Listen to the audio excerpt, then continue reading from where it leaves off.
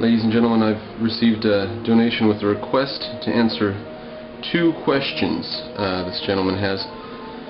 He's upset, or he's wondering about, he's curious about sense perception and whether it's the basis of all knowledge or not. And he cites my video, What is a Theory, I believe?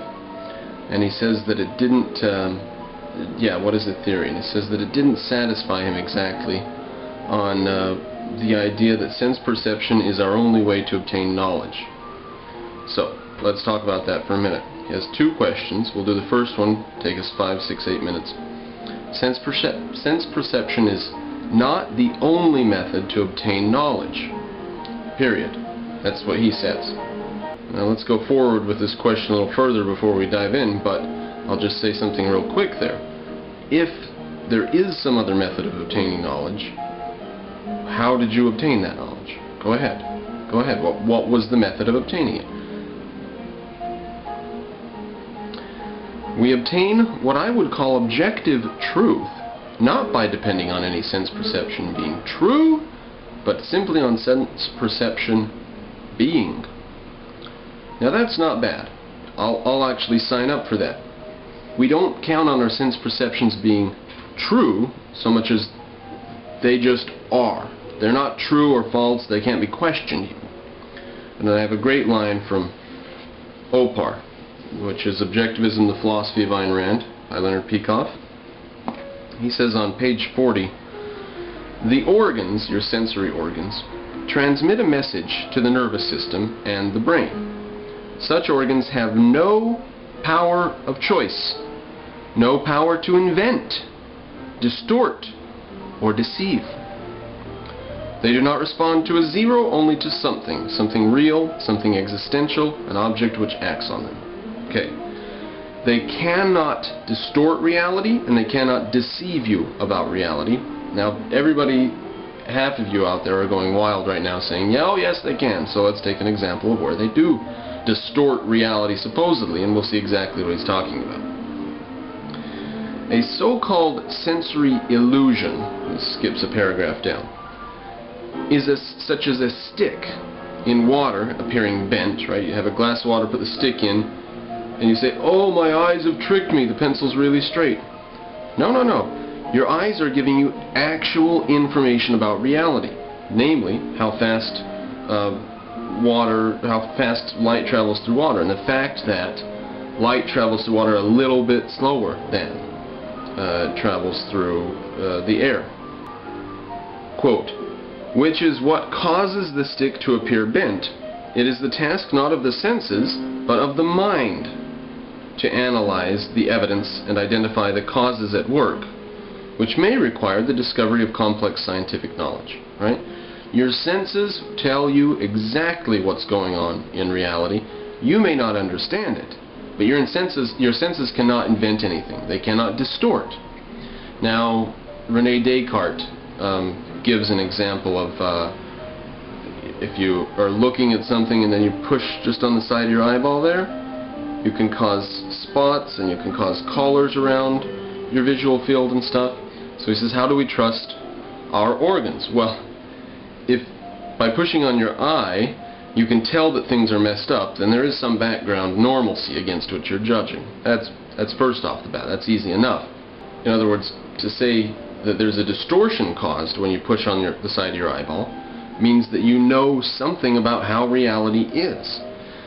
Also, or full stop and then continuing, when you push on your eyeball, you are doing something to your eye, probably misshaping it or misforming it or something, and your eyeball is giving that evidence to your brain, and your eyeball is saying, well, we've got a circle of light coming in here and a circle over there, plus our regular visual field. We don't know what's going on with this. It doesn't say any of that. It just tells the brain what is. By distorting the lens of your eye, you create optical distortions in the light coming into your eyeball.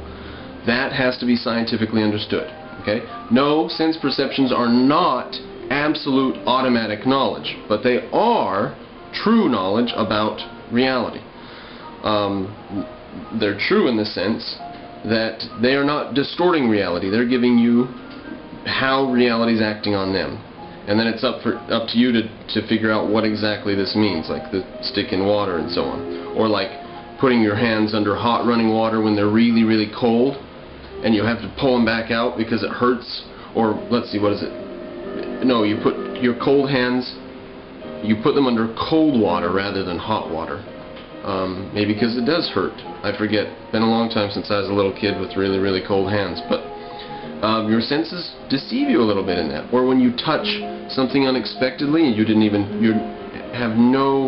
someone takes some dinner plates out of the freezer. Oh, and for salad plates and stuff. Put the plate down and somebody touches the back of their hand. They're not even looking. They just touch the back of their hand to this cold plate, and they pull it away and oh, like that. It scares them because their senses told them, not necessarily you're being burned. Their senses told them, that's really abnormal. What the hell is that? And so they jerk their hand away thinking, my God, am I being burned? What is this? Your senses tell you exactly what's going on in reality. You have to figure out what that means. You have to come to understand it.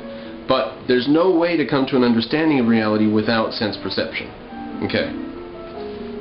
Now I want to read a quote from the previous page here. The validity of the senses is an axiom. Now, an axiom, it means that if you try to prove it wrong, you have to use it to prove it wrong. So you assume that it's true in trying to prove it wrong. That's the definition of an axiom. Like the fact of consciousness, the axiom is outside the province of proof because it is a precondition of any proof.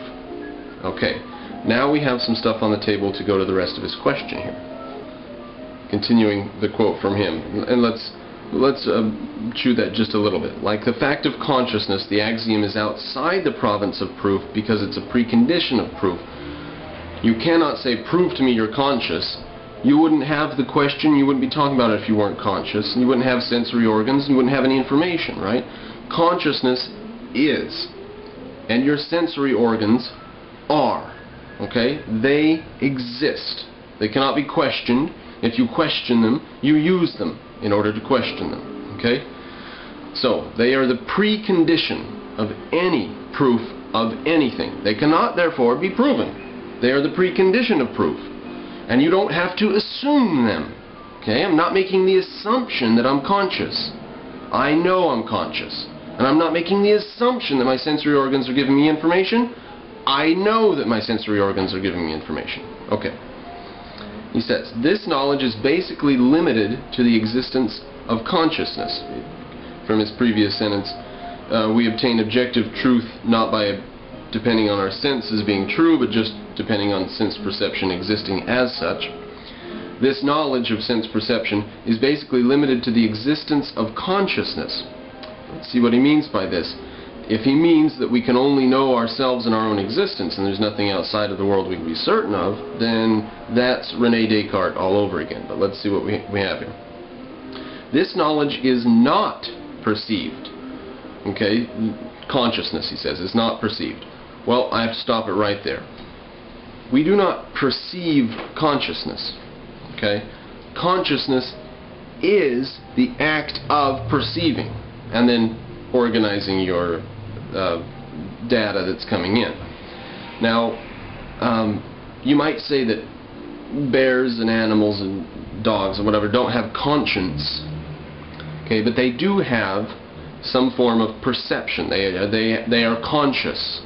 They are conscious beings, not necessarily conceptual beings. They don't necessarily have the ability to use rationality, but they are conscious, meaning they are aware. Okay? The definition of consciousness is awareness of reality, which comes through the five senses. So, no, consciousness is not perceived. Consciousness is perceiving.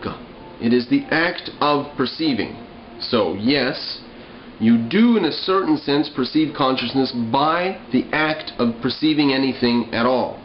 You perceive that you are conscious. That's what happens. Continuing. The existence of consciousness must be automatically true in order for us to perceive in the first place, which I'm sure you already know as we've just gone over.